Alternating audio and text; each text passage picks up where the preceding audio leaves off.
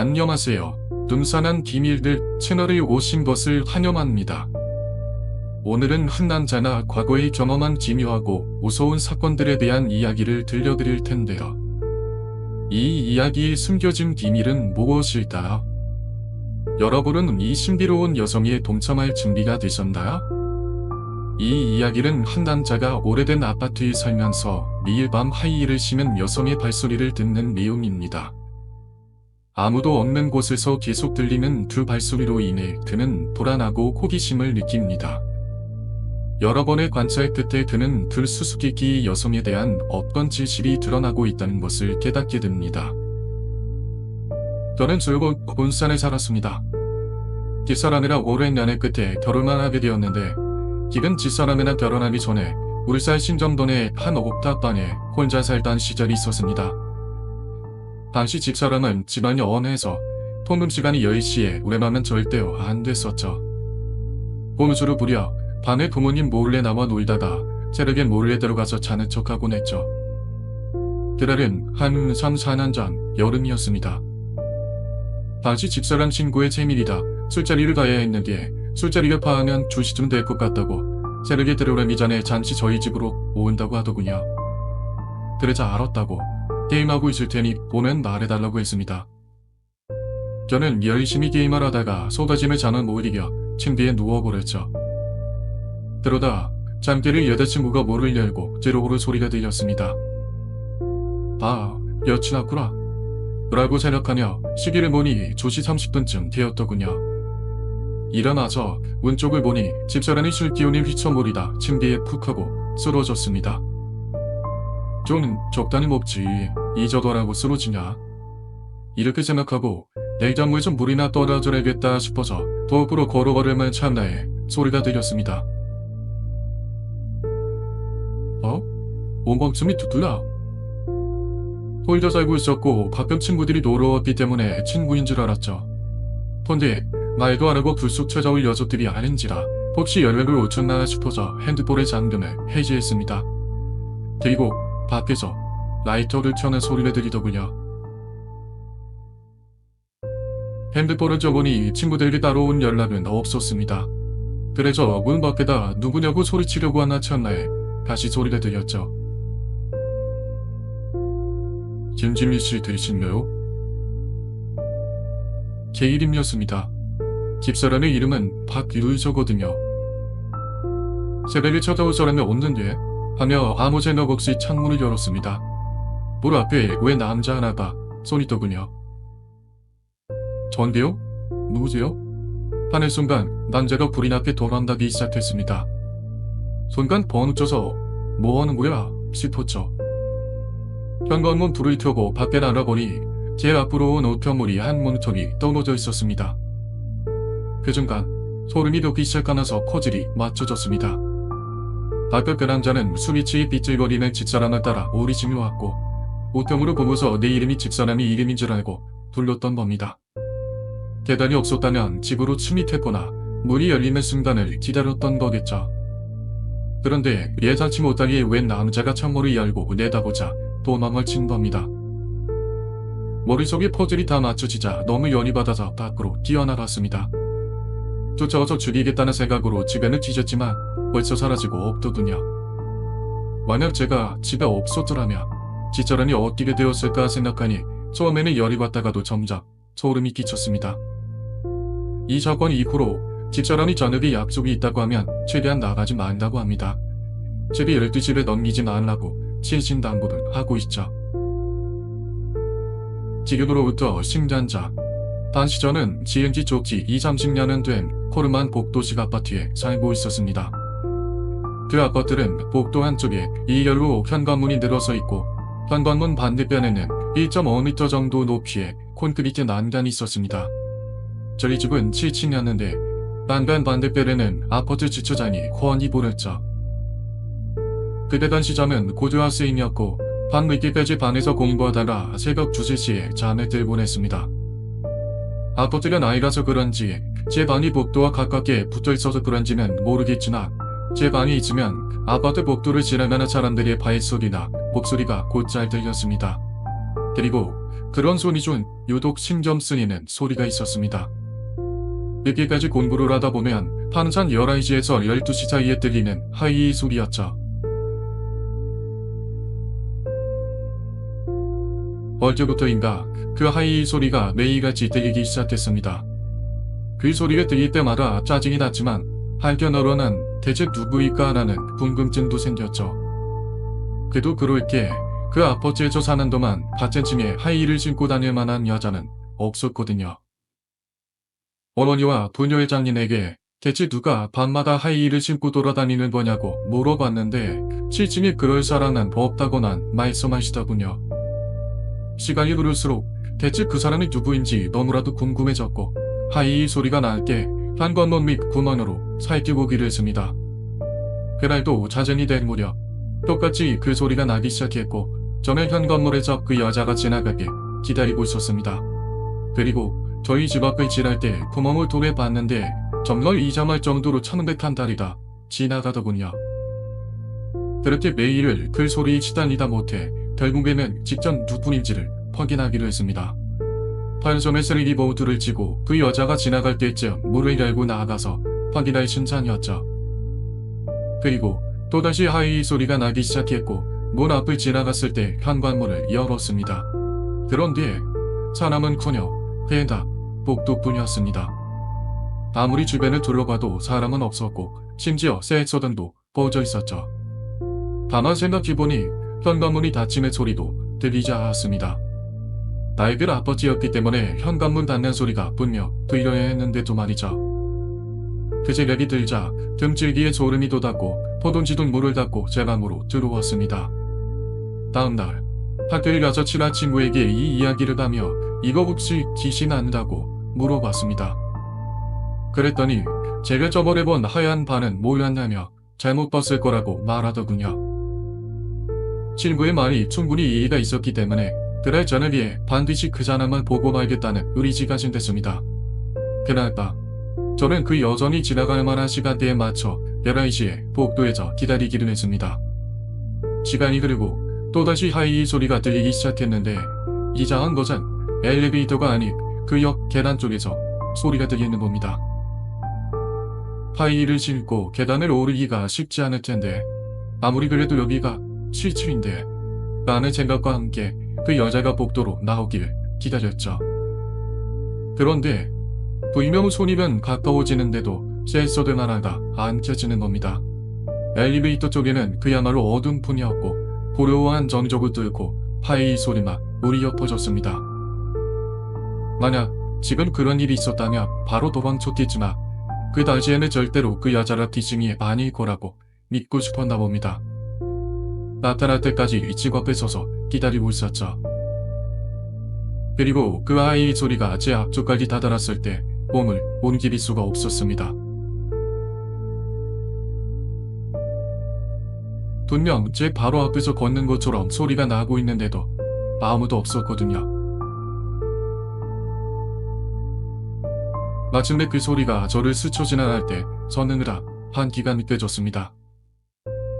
하이힐 소리는 저를 지나 복도 끝으로 멀어지더니 이래 사라져버렸습니다.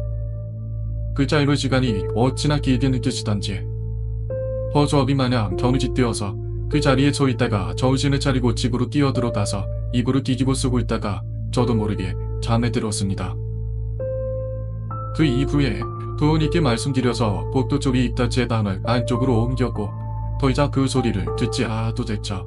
물론 가끔 밤중에 화장실에 가거나 물을 마시러 나오면 그 소리는 어김없이 들렸습니다. 그럴 때마다 애써 무시하고 서둘러 방으로 들어왔고 나중에 이사를 가고 나서는 더 이상 그 소리는 들리지 않았습니다. 아직까지도 의문입니다.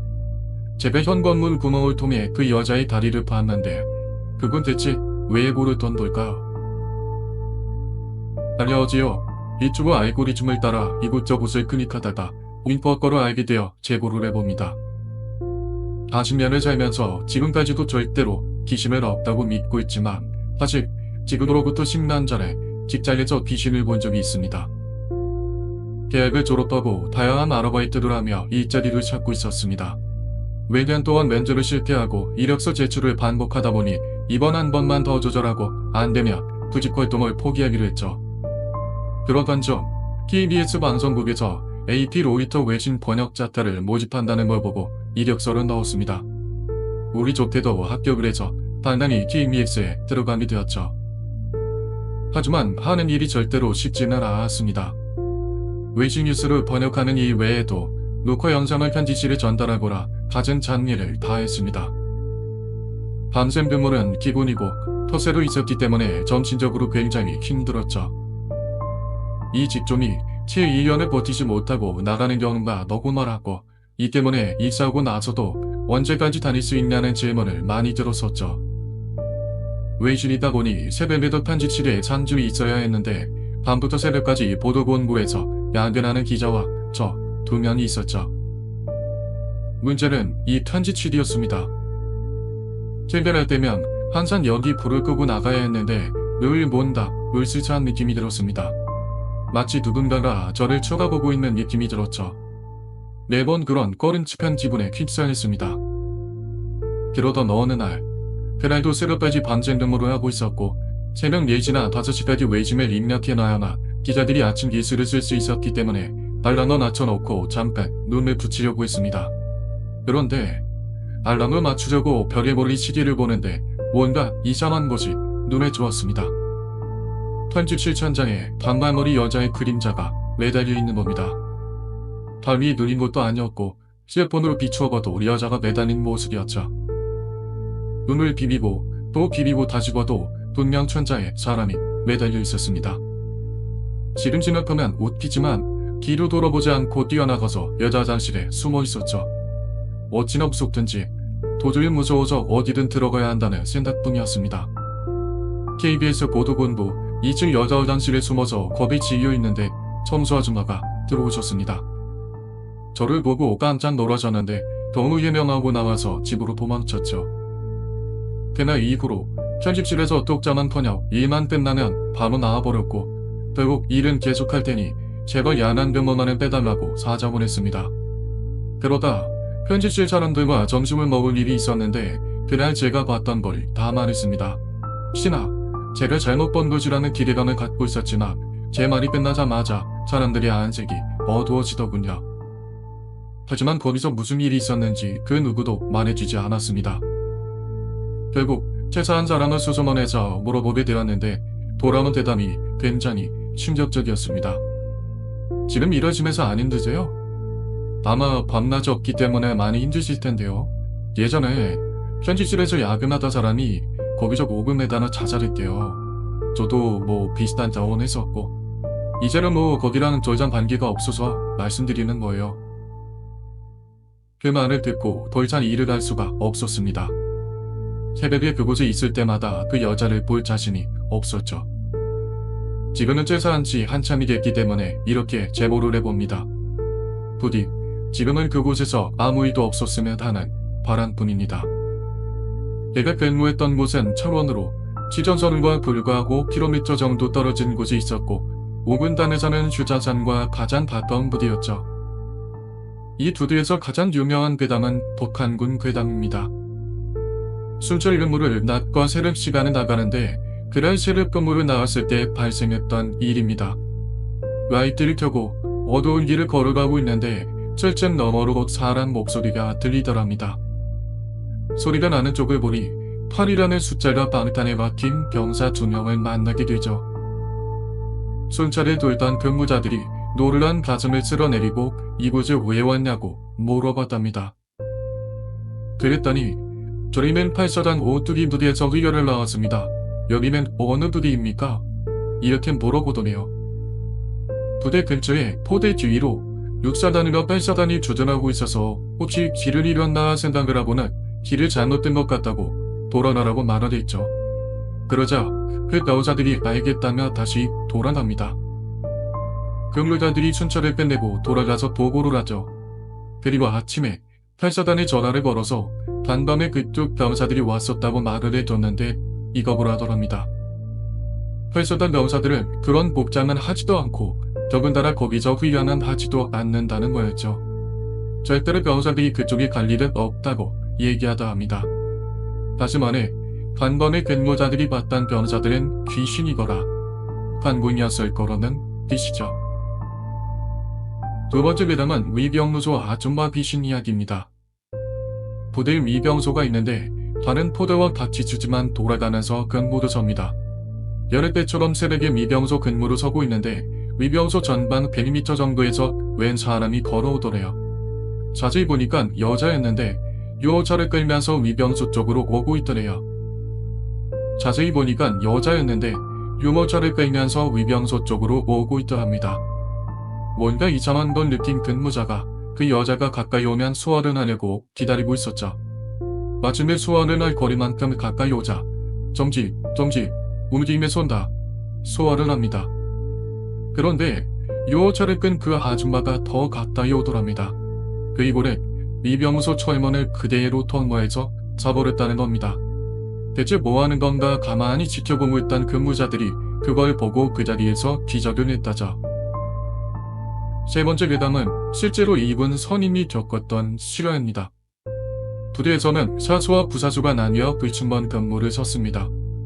별저 언론에 3에서 40명 정도가 자는 지침산을 사용했는데 그러면 본인이 사수가 되어서 비생활관에 불침번을 서고 있었죠. 원래는 앉으면 안 되지만 너무 피곤하고 졸려서 생활관 끝자락에 걸터 앉아서 졸리고 있었죠. 그런데 갑자기 서늘한 느낌이 들기 시작했고 혹시나 걸린 게 아닐까 싶어서 주변을 봤는데 생활관 복도 중앙에 개구리 군복을 입은 병사 하나가 서 있더랍니다.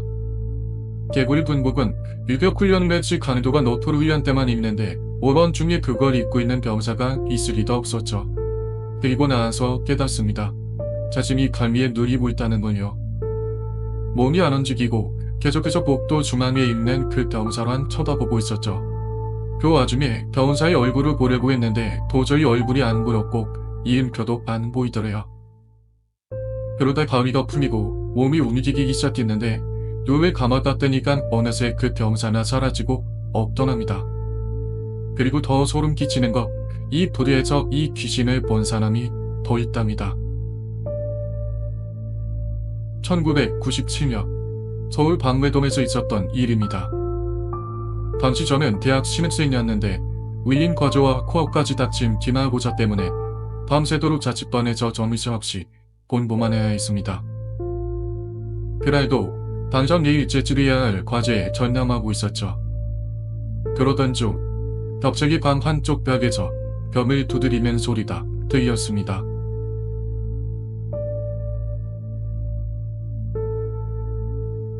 원래 제 자취방이 방음이 잘 안 돼서 평소에도 그리 신경 쓰지 않고 살았습니다. 그런데 그날은 그 벽 두드리는 소리가 꽤나 오랫동안 들렸습니다. 약해졌다, 세졌다를 반복하며 끊임없이 소리가 들렸죠. 점점 그 소리에 신경이 쓰이다 보니 화면한 저는 차마 옆집으로 찾아가지는 못하고 저도 똑같이 소리가 나는 벽을 세게 두들겼습니다. 그리고 가이심이 과제를 끝내고 잠에 들었죠. 그런데 다음날 아침 현관문 밖에서 사람들이 웅장거리는 소리에 잠에서 깼습니다. 현관문 앞에 서서 밖에서 나는 말소리를 조용히 들었죠. 상황을 들어보니 이웃 주민들과 경찰들의 대화가 었습니다. 평소에도 누가 누구를 찾아왔었다, 소리를 지르고 싸웠다는 듯 마치 뭔가를 보고하는 것 같았죠. 분위기가 뭔가 심상치 않음을 감지한 저는 현관문을 열어 밖을 살펴봤습니다. 예상대로 이웃 주민들과 경찰들이 짝다리가 있었죠. 저를 본 경찰이 달가워서는 어제 새벽에 있었던 일을 대다 말해줬습니다. 옆집에서 부부싸움을 했는데 부부싸움이 심해지다가 남편이 아내를 죽였다는 겁니다. 그리고 남편이 경찰서에 와서 자수를 했다는 거였죠. 그리고 사건을 좀 더 조사하기 위해 어제 있었던 정황을 저에게 물어보기 시작했습니다. 바로 옆집에서 사람이 죽었다는 소리에 한참을 멍하니 있었던 저는 불현듯 어제 저녁이 생각났습니다. 곧바로 어제 저녁 11시쯤 옆방에서 콩콩대는 소리가 들렸고 새벽이 되자 잠잠해졌다고 말해줬습니다. 그런데 가만히 듣고 있던 형사가 뭔가 이상하다는 듯 갸우뚱거리며 저를 쳐다봤죠. 그리고는 벽을 두드리던 시간이 밤 11시 정도라는 거죠. 2시간이면 남편이 자수한 다음인데요. 정확히 부검을 해봐야 알겠지만 피해자 사나운 추정 시각도 11시 이전으로 나오는데 그 말을 듣자마자 대체 그 밤에 벽을 두드린 게 뭘까 싶다가 이 세상 사람이 아닌 거지 벽을 죽이렸다는 결론에 다다르면서 등지기에 소름이 돋았습니다. 그뒤 시간이 흘러 일상으로 돌아왔고 영장이 날아와 군대를 가게 되었죠. 야간 근무 중에 고참과 이야기를 하다가 이날 있었던 일을 말해주었습니다. 그런데 가만히 듣고 있던 고참이 한참을 가만히 있다가 말을 했습니다. 야, 그 소리만이야. 차라리 귀신의 맨소리라고 생각하는 게 낫지 않겠냐?